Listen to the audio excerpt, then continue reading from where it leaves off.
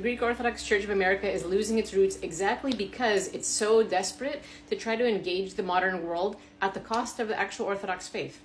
This is all on top of the general laxity of enforcing rules for the priesthood.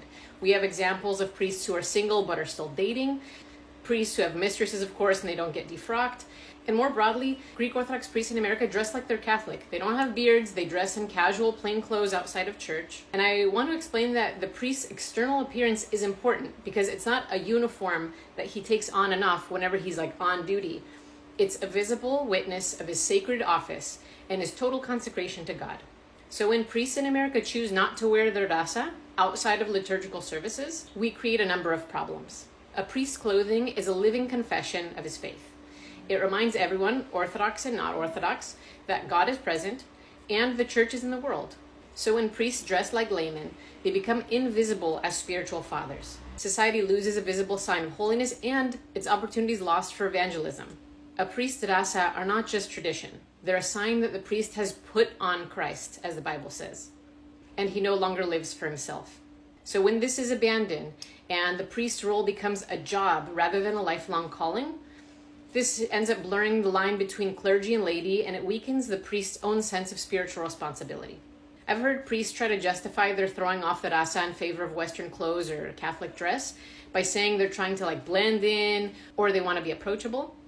One priest even told me that he didn't want to be mistaken for a Muslim, which is why he started to dress like a Catholic priest. And my response to this is, if Orthodox priests aren't making a public presence in the wider community, then what's their purpose? And if they want to blend in, why'd they choose to serve the Orthodox Church? They could have gone to a different religion. So this reflects a deeper trend towards secularization and a desire to accommodate American cultural norms, rather than challenge them by reinforcing the practices of the Orthodox Church. So as a result, the Greek Orthodox Church of America has started to look less like a holy institution set apart for its history and its adherence to the original church going back thousands of years, and instead it looks more and more just like any other religious organization. Orthodox canons and centuries of practice expect clergy to dress in a manner fitting to their sacred office. St. John Chrysostom and later fathers insisted that clergy maintain a sober, distinct appearance as a model to the faithful. So seeing priests visibly dressed as clergy strengthens the laity and reminds them of their connection to the church throughout the week, not just on Sunday.